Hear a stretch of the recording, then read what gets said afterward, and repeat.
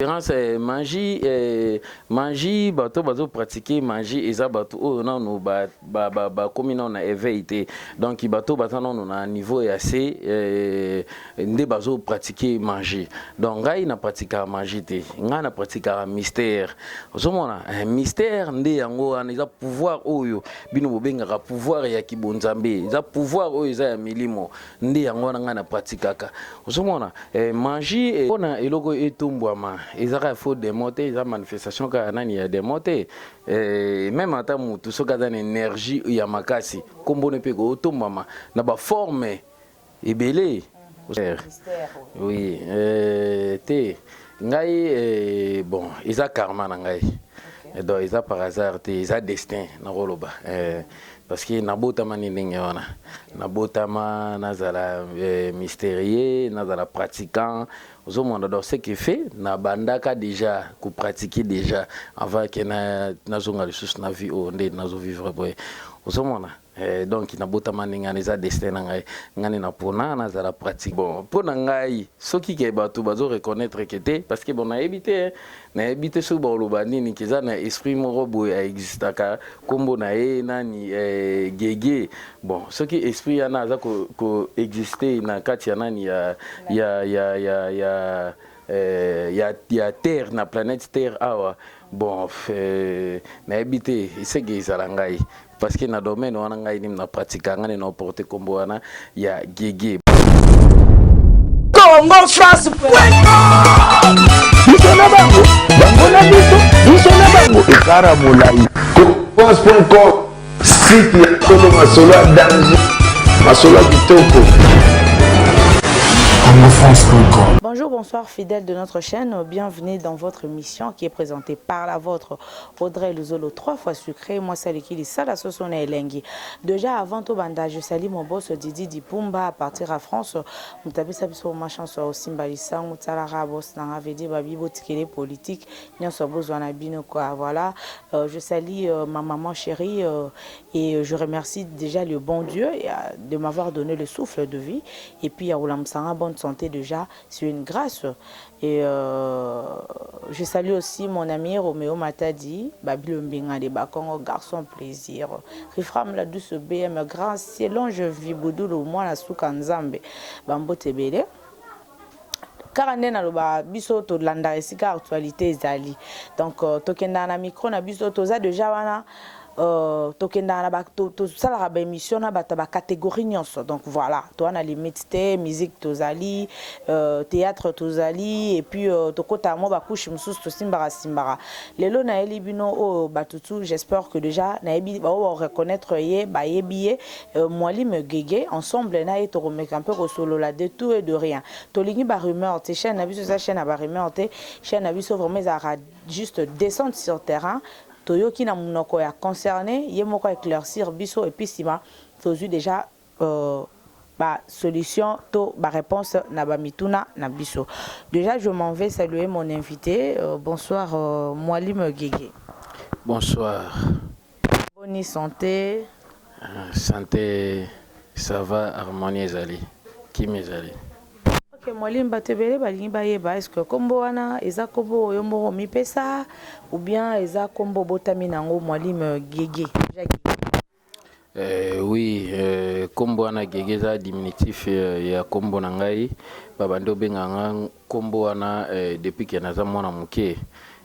banda déjà ba âge ba 7 ans déjà babando benganga déjà kombo wana ya Gege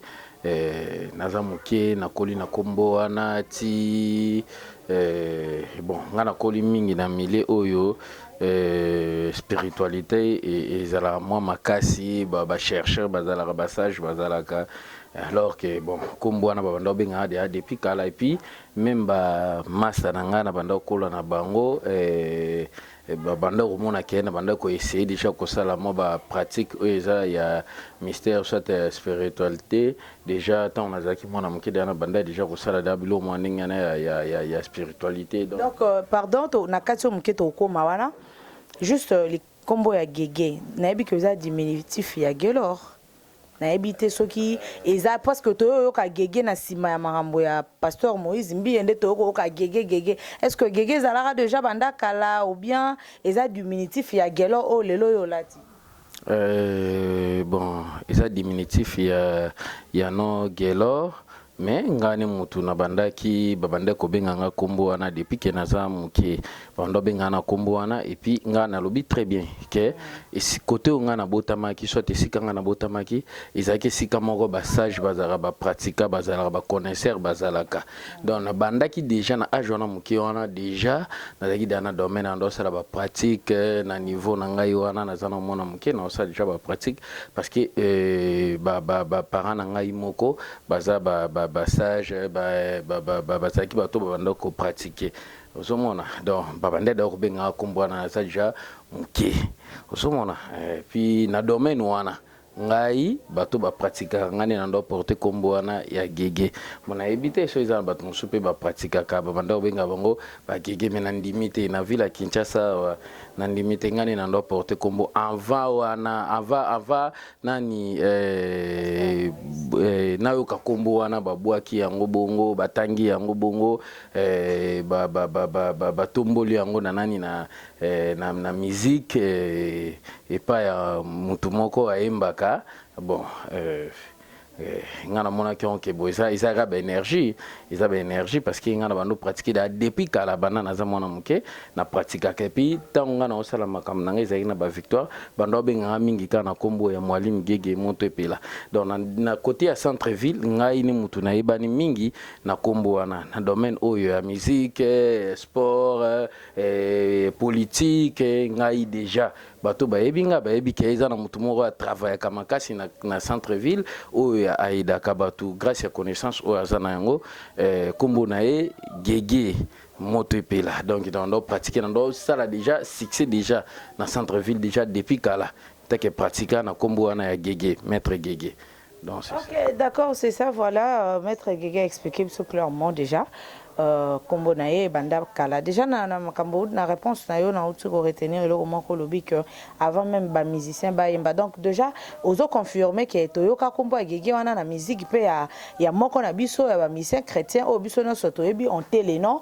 o abimisa pe kombo ya Gege wana parce que na outu mona na rien na parler na mona ba dire na outu ba vanto yo kango na banzembo wana donc yo oza déjà pratiquant o lobanini donc kombo wana existera réellement eza na demo moko aza na kombo ya Gege wana oyo toyebi moko na biso ya musicien biso ayemba ou comment mais pona eloko etumbwama ezaka faux démonter eza manifestation ka nani ya démonter même ata mutu soka za énergie ya makasi kombo ne pe ko tumbwama na ba forme ebele osomona parce que même ata ba esprit o baza positive tant mutu yozo concentrer makasi tant bango bayaka osomona baroyela yo ba bonne fortune ba otombola kombo na yo osomona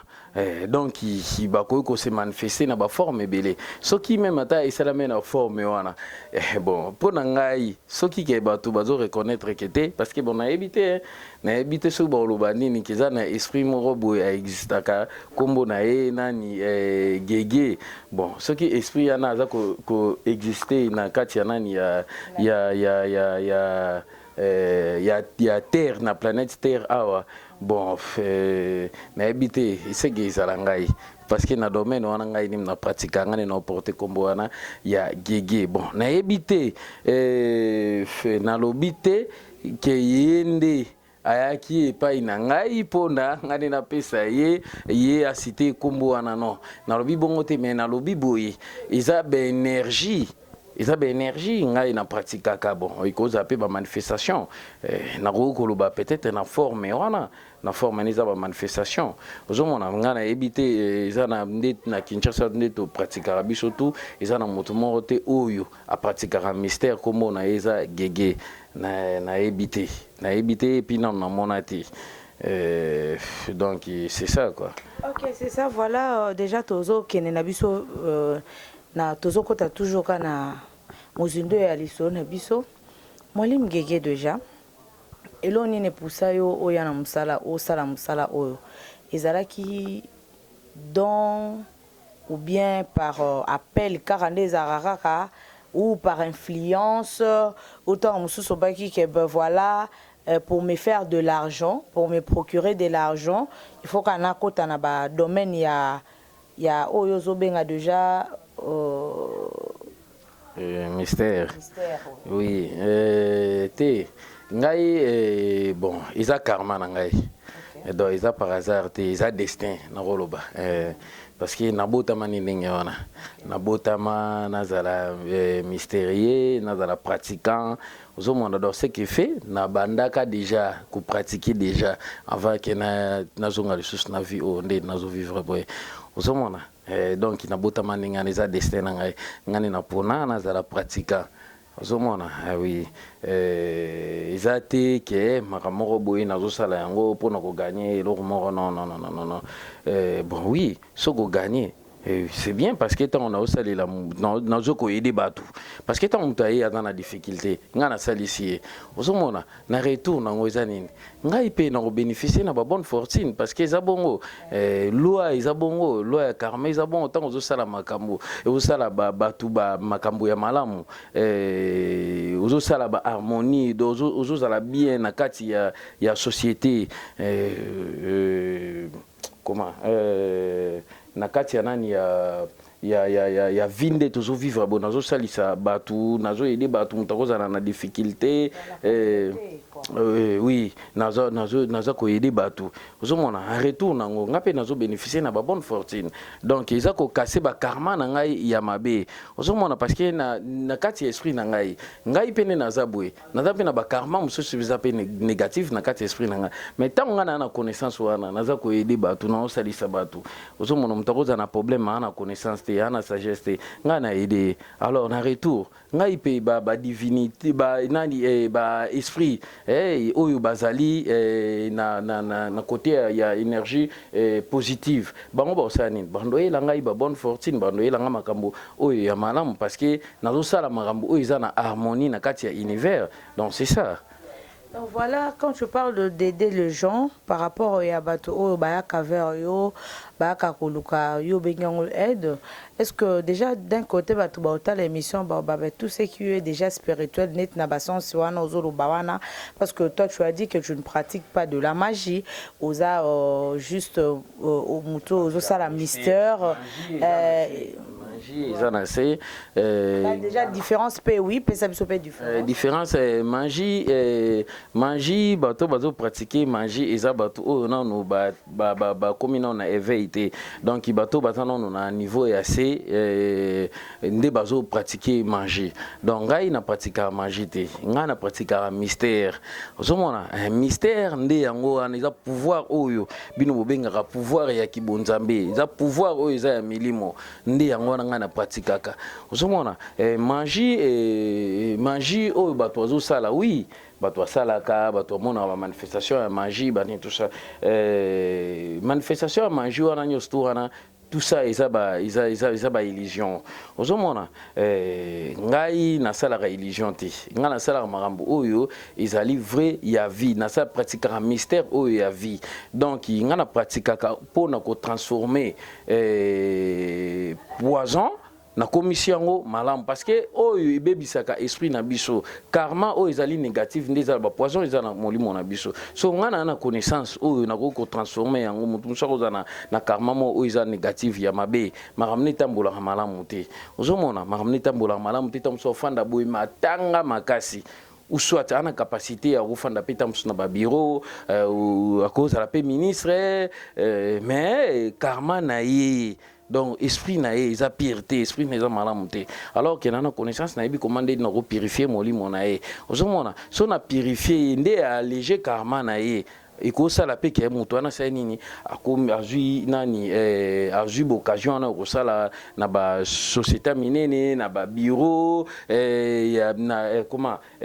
na kati ya même ya ba gouvernement ado komi ko accumuler ba bonne fortune ozomona mais soki karma eza négative na nani na magie jamais ko transformer karma ya moto magie eza juste au mona ka bato sala ba spectacle ozomona mpona kosepelisa miso ya bato biloko moko ndenge biso sikoyo topratikaka magie te ozomona ngai biso te me ngai napratikaka magie te parce que na minute oyo ngani moto nazosolola na bino bato bozolanda ngai ozomona ngai napratikaka magie te magie biloko ngai nazosala soit milimo ngai nazali kosala bivocation ngai nasalaka eza likolo ya magie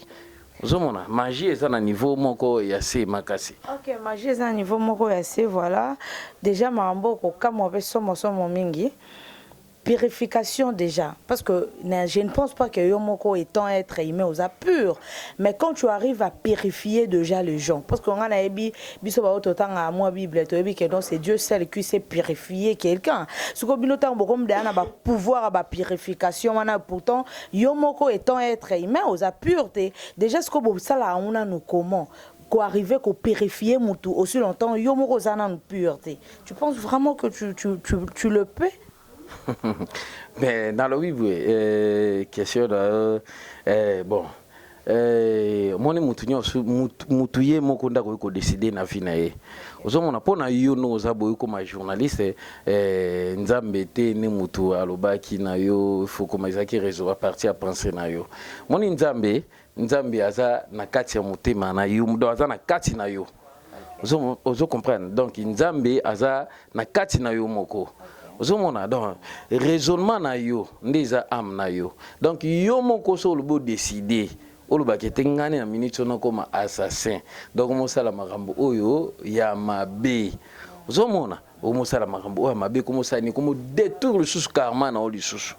ozomona afin que osala nini obanda okutana kana makambo oyo ya mabe na kati ya esprit na yo mais so moko décide obiki tengane na zabu na sala nani métier moko boyo za bien nechozo sala boyo oza journaliste moni ke isa bien isa raisonnement ya malamu raisonnaki bien nde bato mususu comme tenga fona mando tanga isa yo mondo za ko décider ozo comprendre isa te ke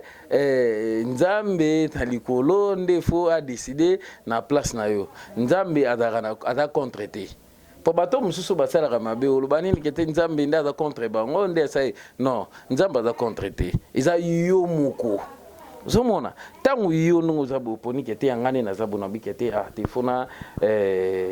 nasalisa par exemple mutu ndo tuninga ikete comment osa être humain ko salisa mutu o purifier mutu. Mais tangu na sagesse na connaissance na yebi comment ni na ko pratiquer. Ozomona ngapene na zabo na vinde biso nyoto vabo to futa ka karmat ngapene na makam na nga o ngana sala na ba vie passée na nga parce que nani roi réincarnation ezali ozomona o vie o ngana vivre lelo na bandi ko vivre lelo te na viva déjà ozomona na viva déjà tant na vivre na futa pika loi ya nani ya réincarnation ozomona mutu nyos tu afuta ka nani karma na ye ozomona donc tonga na connaissance wana na yebi comment nini na ko pratiquer à partir ba pratique na zo sala naza ko concentrer ozomona donc naza ko concentrer na sens moko za positive et ça là que milimo oyo ya malamu ozomona ba entité o baza positive basaka nini bayaka tant bayaka na ba bienfait na bango ozomona donc c'est-à-dire total sala biloko biso na islam to benga ngo ba zikre ozomona totanga to invokaka na bakombo ya nzambe tant toza ko invoquer iza ko purifier pe biso corps na biso même na esprit na biso même na ba ancêtre na biso ozomona parce que biloko makambe belé comme la biso eza négatif tant to mona o misala ezo simbate baboya ka na libala makamne marchar malamu te ye balingaka ete ye ka ba malchance nyonso to ane uta à partir intérieur na biso ozomona donc karma ne utaka à partir tant musuba ba biloko musuba koko na biso basala lokwa biso to wana sang wana ozomona yamba benga ngo mona même na l'église benga ngo nini ba lien ozomona donc ba lien wana ya famille bilo morning wana yango ba benga karma vous comprenez donc il y a karma moko benga ngo karma collectif ozomona karma ya famille za karma collectif ozomona donc karma wana nde sala keta musumona bakoko na bino basala makamoko boye o iza négatif makamoko ya mabe donc makambo wana lokwa loi ya karma ezali loi ya karma nde babengaka dharma loi ya nature dharma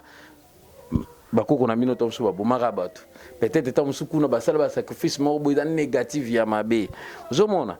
biso toyaka kofuta yango ozomona mais grâce ya connaissance ya mystère au biso toza nango toyebi ndeni na ko casser karma wana parce que à partir ya bamara mususu bakoko na biso basala mabe to mona bato mususu mona progresser raté ye babu yake ka mibali balingaka ete momona za mwasi kitoko ma comprendre ta vivre bona libala bazo bengana eta mususu azo ba chance wana te ta mususu ya simba pe mbongo te ozomona nyonso ne uta na kati kaka ya loa wana ya dharma ya cause na effet peut-être ba koko na mo basala mamobo eza négatif be fait na yango alors karma est si la raté ozomona karma continuera toujours ozomona parce que so bakoko na mino basala mabe yo pe na yeba ke na vie na yo oyo o bando futa parce que yo za na sang wana oza na sang wana bakoko na bino yo bando futa yango donc oko kasi yango kaka na kati ya pratique ya mystère ndoko kasi karma wana ozomona parce que mabe na malamu nyonso zo utaka na kati na biso na kati ya esprit na biso parce que univers eza na kati ya molimo na biso ozomona donc tant biso to na kati ya connaissance wana donc na kati ya nani ya loi ya mystère tant toza na kati ya oza na connaissance wana donc connaissance wana ezaka pona yo moko te ozomona tant oyebi connaissance oza na connaissance ozui éveil donc éveil wana ezaka te o comprendre ba réalité ba phénomène oyo eza na kati ya mokili ozomona oyebi loi. Donc c'est-à-dire au tika teta mususu ndeko na a souffrir ndeko na yo wana elingela kisate kaka oyo bubuta mine famille moko ekozala pe yo na mono tomso na difficulté mon robwe na loba te na ko pratiquer pe te na zo pesa exemple ekozala pe yo pe parce que difficulté to ba ke démon ya 6e ciel zomona démon 6e ciel o to benga satan to zo benga mara zomona Chrismogine ye abundisaka batu nyonso tu na chaque instant démon wana abundisa même na yo pe abundisaka yo na même na ngai ozomona abundisaka tout le monde ça na ko kato mo mukie mwalim na ye po na juste na questionner na ko contredire yo te mais au moins je sais que nyonso tanga babitumba oui chacun a ses combats o tom sous na ba famille tozo uta ba limitation ba lien kandozo ba izo réclamer biso tout le temps. Je sais que la seule manière pour nous casser c'est la prière et puis kozaka na konzima na prière kaka kobonde la kaka kozala faire mais quand na prière ko simbaka eso makasi mais est-ce que vous posez na moi possibilité pe mususu o susu sala kali susu en dehors il y a prière en dehors blo na auto tanga wana pona ko meka un peu ko longola mutu ba karma na ndo bi ba mamno so auto tanga wana possibilité mususu ezali soki ezali neti nini oyo o pratikaka pona ko longola ba esprit wana. Biso to salaka ba zikre to utilizaka ba vexé to utilizaka ba kombo ya nzambe o eza puissant non ba to utilizaka ba vexé coranique ozomona parce que nga naza islam bon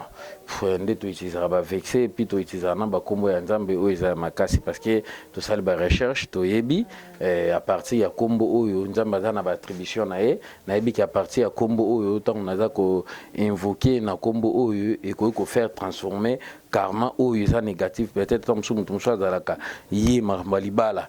esimbaka te mutu musu afandi boye amoni tant mususu mbasu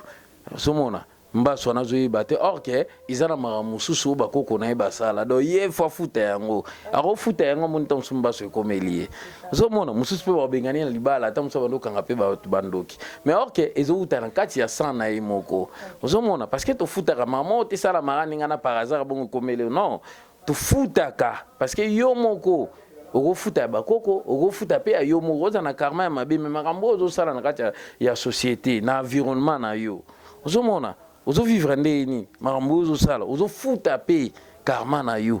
à partir ya ba action eza négative ozosala ekoza pe bakoko na mino pe basala ba action négative yo po osala nini okofuta kaka karma wana ozomona donc alors tango biso toza na nani na connaissance wana songa na moni mutu aza na ka ndenge wana ta mutu acontacte nga na osala nini na otika ete na osala nini na kosoutenir ye grâce à connaissance o ngai naza na yango donc alors que na kosala bevocation na milimo oyo bazali na kati ya univers parce que nzambe ndenge aza bongo asali besprit asali na biso baêtre humain ozomona asali baêtre ebele ozomona eza na baêtre mosusu bazali lokola neti banani banzete bandeke banyama bilo mwa ndenge wana ozomona donc bango nyonso wana baêtre bazovivre baza mpe na esprit ozomona donc baêtre nyonso tout ni lukwa neti lukwa ba esprit bazali na ba domaine na bango ozomona eza na ba esprit mususu oyo bazali ba yaka mingi pona porter batu ba chance bazali ozomona eza na ba esprit mususu bazali ko porter mutu ba chance peut-être tant musu ya libala bazali o bazali mususu ba esprit mususu bazali ba porter mutu chance peut-être tant mususu mutu a betara tant mususu bale ba eta musu grâce à l'énergie na bango tant oza ko invoquer bango baroya na ba bonne fortune ozomona kaka na domaine na bango wana besprit baza na ba domaine alors biso tosalaka ba secours na biso na kati ya univers à partir de esprit o baza na univers ozomona ngai na bengaka bango na invokaka bango ozomona besprit nyonso tu baza na univers na bato balobaka ke to nga na bengaka bakoko o nga na salaka bango nyonso na bakoko wana milimo wana nyonso baza na kati ya univers alors ngai na salaka mutu wana za na problème akota na harmonie na univers alors ba esprit nyonso tout eza na bakoko na ba esprit même na ba démon ba esprit nyonso tout ba prêter serment pour nous sani ko soutenir mystère ozomona alors tant on a zo pratiquer muto na problème moko ya ndingi wana ozomona peut-être makambo ya libala ba malchance simba rambongo te makamni simba kate azora musala te do mwana tango lo babongo luka makambo ke ba fi internet bo yawe obiango ba fi abalinga okena ba mama na boko yawa pambe o kangena ablonga bat bo ya obika ndeto sola opesa ba ko déjà ndongo lo babongo zo pesa ba intention bato ba balinga roya ko simba boko ya pamba déjà mwalimu par rapport ya temps tozo kende kaka na suka na otiki le temps roloba onyoso ata moi 5 minutes mo boy on a tout naté au compléter na voilà mwalimu ba difficulté ni nango o kutana no déjà na musala poto yebi ke ba esprit pe ba méchant surtout bino bat bosala bo travail mingi na ba nini ba so ba no bosa kombo spirit nini mystère na spiritualité na ba mystère wana oke batama bazala kanda mi surtout so sali o simbi likambo mutu mo bo fallait po simba ozo ba retour ba difficulté ni déjà bozala na ngona musala oyo et puis déjà ba difficulté et puis obi ça ba avantage na ngona ba désavantage bon ba avantage na ngo ezali tango na bandi dans liboso na ba avantage ya liboso ezali tango ozo faire transformer nani karma ya mutu mutaye na karma moko eza négative peut-être tamusuma ramener tambola malamu te ye azwaka libala te ye na mobile ne bayokana raté donc c'est-à-dire eza démon moko boya za na kati wana ndazo bundisa bango azwaka libala te mamne tambola malamu te mamne simbaka te soto bato basepelaka na ye te akutana na mama eza négative tango ya yepa na yo akutana mama ninga na yepa na yo donc c'est-à-dire démon na ya liboso aza na kati na ye oyo akreaka makambo eza négative parce que bato bakutana makambo eza négative makambo wana bazokutana nango baobstacle wana nde eza badémon na domaine nyonso tu domaine ya amour domaine ya nani ya misala ya nini tout isa obstacle eutaka epai ya démon ya 6e ciel wana yini mutu akrea yango alors ntango ngai nakutana kama waninga wana eloko ya liboso démon wana deja kobanda obundisa na oyo moko ozomona alors soki otika distraction moko ya moke énergie na oyo eza ya moke yebaka démon wana kope kofrape yo ozomona alors que biso senga fo biso to pratikaka makasi donc ngai esenga fo na pratikaka makasi grâce à énergie na nga o nga naza na yango ndi sala ke ata démon wana o aze pa mutu problème mo mutu azokutana nango na vie na ye na makambo nyonso tu na domaine nyonso tu ya vie ozomona eza démon wana ya 6e ciel ozomona ntango moto ayepa na ngai ngai kutu o makambo na ngai na comprendre te naza kitoko makasi me libala pena naomona bato bazobala lokola basi mosusu tomona kaka na Congo bazobala balibala moko donc ya minene bazolakisa yango banito bato bazokumisa mais pourquoi pas ekosala ezala mpe ngai te ozomona or ke nga mpe naza être humain lokola ye ozomona donc ye esimbaka te ata kitoko na ye baboyaka eka pa mibali ozomona ntango ye ayepa epai na ngai ozomona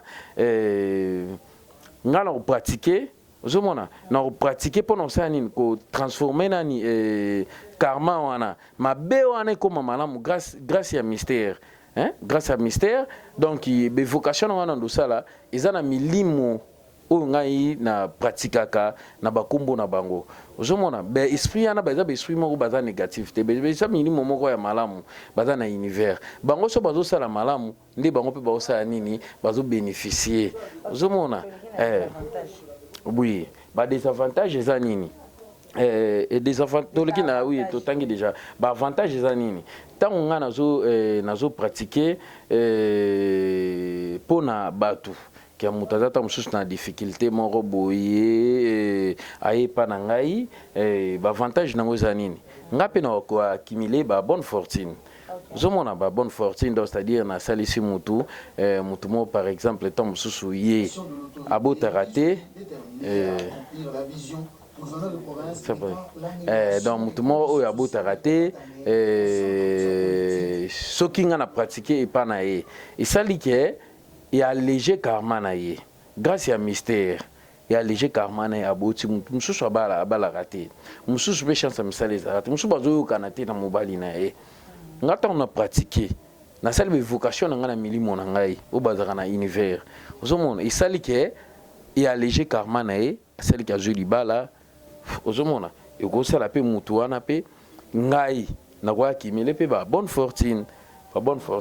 tel que ekozala ita mosusu ye moko afandi boye abali ita mosusu par exemple ministre akolobaki mwalimu na mambo osalela ngai maître na mambo osalela ngai na moni fona sombelo lupango ozomona donc eza baavantage yango wana epuis ngai moko ntango naosalaka malamu batenga naza parfaite ozomona naza mpe na karma na ngai mpe banégativité mpe ezali na kati ya karma na ngai donc ntango naosala malamu eza koallege mpe karma na ngai ozomona ezobongisa mpe ezopurifie mpe lisusu ngai mpe lisusu esprit na ngai ozomona donc c'est ça makambo malamu oyo tokutanaka nango parce que ntango naosala malamu ngai mpe nazopurifie karma na ngai naosala malamu mpona bato naopurifie karma na ngai ozomona. Ok, merci beaucoup Grévi Foutila Lievozola Mboa Babi mon privé zana via sola bien le roi viano kelengi merci en tout cas bakala troté na bakina donc ça ka bien voilà Molim toujours continuer na biso molo to qui na biso déjà vers la fin déjà ici arriva au salir pena mutulika mo pe simbi peti au salir pena likamo pena na fouté puis mo pas remarqué que simbi te mais au solia kila bon makambo tosala yango mpona mbongo te ozomona tosala yango mpona mbongo te et puis solution ya makambo nyonso to ezalaka na mystère ozomona kosimba te ezalaka nini ezalaka démon oyo moto akozala ta mosusu aza boye ye baboyanaka na mibali ayepa na yo mais eza démon te nde moto azobundisa ye mpo yaboyana na mibali mais ntango ayepa na yo démon na sikoyo akobundisa ye moko ndenge nini aosalaki abotisa compréhension na kati ya mutu wana ye moko ozosalisa ye omoni mutu wana akomoboteli compréhension orke yo moko osala nini ozoyede nde kutu ya longo na citation wana allégé karma na ye ofaire transformer karma na ye badifficulté azokutana nango wana esala nini elongwa mais omona ye moko démon na osala nini akokota na kati esprit ne parce que démon akotaka kaka na bapense ya mutu mpo asala liso baerreur ozomona omona mutu wana ozomona ke makambo ozoyebisa ta mosu azorespecte yango te ozomona par rapport omona komosala bacompréhension babiloko mwa ndenge wana yo oloba nayeke te nde eza boye fo na pratique ta mosusu pendant 7 jours puis fo tosala offrande ozomona tosala offrande parce que yango te esalaki esani eallégé karma na yo puis na grâce ya mystère wana oyo biso tokopratique ntango tozorespecte baprincipe yango nte sala ke ba esprit o ba uta na kati ya univers o ngai na invoka na benga bango ba sala nini ba transformer karma na yo ba kokisa posa na yo wana ozomona e sala ke omona ke mutu wana démon na imoko banduko azongeli suka mutu wana mutu wana mosala le contraire ya mambo ozoyebisa ye ta mosokolo bana démon na sala nini amemi ye moko lisusu bon ok ngai ta mosusu na pratiquer na mutu fona expliquer yo ba manifestation ya démon nde nini azalaka parce que démon wana ka ye moko mutu azo ambrier yo ke yo za na problème ya libala oyo ozoka ba victoire te na ba domaine o salaka ozomona yene mutu azo ambrier yo pourquoi que atobeta kabale pourquoi que nani Ronaldo aza mutu lokola yo ye kaka nde fois za la bongo pourquoi pas ekozala yo te mais ta karma na yo vous avez un karma négatif. Il y a honte ça que vous avez la bonne de quoi nani Ronaldo te soit au sarababité. Vous avez soit aux la célébrité. Vous avez musicien mais baninga ba au la succès yo poemba kitoko. Mais pourquoi vous ça vous pose ça la succès te. Vous avez et ça démon soit démon bango balandela ka karma ya mutu. Vous avez dama basasa mutu mabeton ba nani démon wana azobundisa karma na yo ya kolinga te ke yo osani no yepa na ngai ngana olinga na salisa yo grâce à connaissance na ngana zali na yango ya osani abandu bundisa yo ando sa so berrer ane de kosala ke marambo sa nini yo obikate soit trouver solution te na difficulté ozanango donc c'est ça. Okay, d'accord, voilà toujours kene molo en parlant de musiciens là en parlant tout à l'heure de marambo ba musicien wana mo ba nungu mo zolo ba mababi gege pena zu pena ba musicien wata new style a longo na bango ake na bango donc bango baza trop sûr na gege ba rimer ezebele ba bi longo akina wer ozaye na wera héritier longo na héritier siko ba new style pe ba longo pa héritier na la team wata ok na bango susu new style est-ce que ba oko bani pona ba rimer wana bon ba rimer bon baloba kaka bon siko na kati ya domaine na ngai ngana yambaka batu nyonso tu ezala ba musicien dans ba domaine nyonso tu kaka ba joueur bato ba yebi ngai ba consultant ngai alors que na pratikaka na bango mais ko aider batu eza mabete faut vivre na harmonie na kati ya société ozomona na environnement na biso photo to bongisa environnement na biso tant que na moni kete bato ndi baza boy ba na difficulté mo peut-être na domaine na musique a consulter nga ya senginga ke na sana soutenir na boyate mutu nyonso tu na soutenir et gege ndongo lo belon die ki bonzambe penza donc on dit pas mamo pena bien penza ozo sala ki bonzambe penza mais na sala mambo eza négativité batunde ba barandete so batu mutazo lo bela mystère bazo boule peut-être parce que nani na l'église bato ebele baza ko enseigner bato nengana que mystère ezelo mo eza négatif ozo détruire bato que bato ba progresser te alors que mystère ndezo ezo sala que bato ba progresser ozomona bato ba ezo sala que et faire transformer mabe ekoma malamu nde yango na bazo benga ngo mystère ozomona biso tozala po tozana po na osala bato malamu te bato basala ka biloko moko ya ninga nozomona kete bato osala ba pratique moko boye bato bakutana na magama mabe okindaki pa na ye komi liboma muto akufi boye na non wana isa vrai mystère te ozomona wana bazokindi epa ya bato oyo kaka bazozongisa bango kaka na kati ya mabe lisusu kaka ozomona biso toyebi vrai mystère. Mystère il il faut pratiquer quand on a besoin négative. Est-ce que pouvoir et makasi ezaka besoin de négative? Non. Le contraire coûte besoin baza makasi na kati ya univers ezaka besoin baza positive. Parce que démon il y a celui qui na 6e ciel. Tu as 10 planètes. Na kati ya univers mais na kati ya univers on a 4 planètes ndezali dans likolo parce que roi démon o babengaka Satan Mara Chrismo Jin ya sukika na 6e ciel osomona mystère nde bandi na kati ya likolo wana osomona na kati ya planètes wana 4 planètes eza na likolo wana na 4 monde wana eza likolo na kati ya univers wana nde esprit baza positif baza na kati wana ozomona parce que tant bato bazomona kete il faut à pratiquer na beso baza négative lokola Lucifer na kati ya gouvernement na ye wana ozomona bango peut-être baza no basel ba recherche te ba oye batena bango moko na bato bazokindi pa na bango baza komi détruire les choses ba mizongizaka na kati ya pasi les choses ba bebisaka karma na bango ozomona parce que on nyonso bango ba se retrouver kaka kuna iska bato ba oyebisa bango o ngai satana o ngai koko o ngai bona tout ça o nga sirène bato bebisa ne oui ozo no solution mais siko ba pesi otam sou mais nyonso neza illusion baza ko détruire ndeo lisusu ozo bebisa lisusu ka karma na o kaka. Alors qu'il faut purifier des karma, autant on purifier karma, on purifier na ba ancêtre na yo milimo ya bako konabino. D'accord, voilà. Comme on a vu déjà vers la fin, moi je me soko ça la moi démonstration pas moi ni zara surtout que pas musicien ba misa ba embaratin ba emba on a l'accès que ngana bon chanteur yo pour le bébé mais jusque là tout monde a peu émission mususu ya ba tout mususu mona ngana grand maître ça peut mon numéro mon tu comprendre donc ça là en bon ouais donc voilà juste là mon numéro mon et puis on peut juste 1 minute kaka il y a qu'on conclure émission et puis il y a qu'on peut sa numéro contact il y a boire à moi 2-3 personnes et puis to ka boana biso ce qui est possible c'est le numéro moko et qu'on marquer peu ba télé nani pardon ba internet nyoso ba otala émission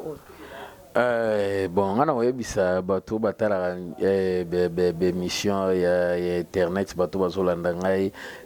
kosala démonstration eza problème te kosala démonstration naza na connaissance wana démonstration isa magie alors tant nazoloba awa nazoloba très bien mamonga na osolola isa likolo ya magie ozomona magie bato ba oyo bayaka ngape na kosala babloko wana nakobeta ba numéro bani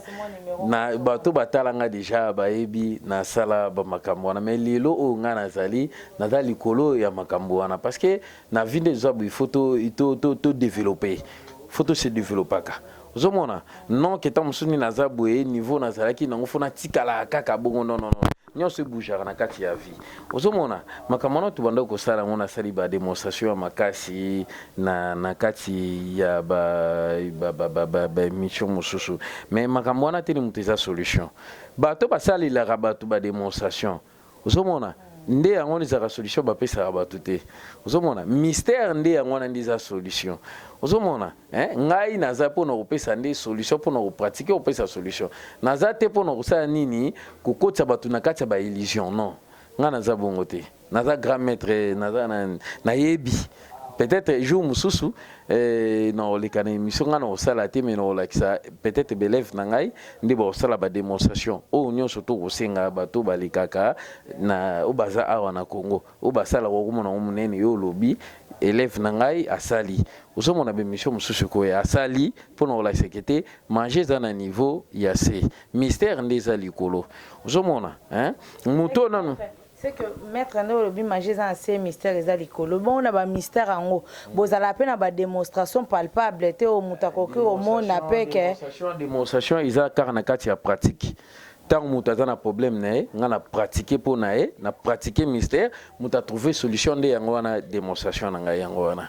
OK, merci. Aussi, si Nabiso émission elle est là déjà. Na habité pour na batutu ba Hollanda biso. J'espère que vous comprendre marambo molim gege à lobby. Nous on reste dans la prière. Yepé azana ba pratique na donc voilà. Biso pratique na ngai eza négatif te. OK. Prière oyo zoloba wana. Prière wana pe batu ba transformer pe karma na bango kana nani na prière te. Zomona na ba prière wana nyoso neza illusion. Zomona oyo ko transformer karma ya mutu ezara mystère.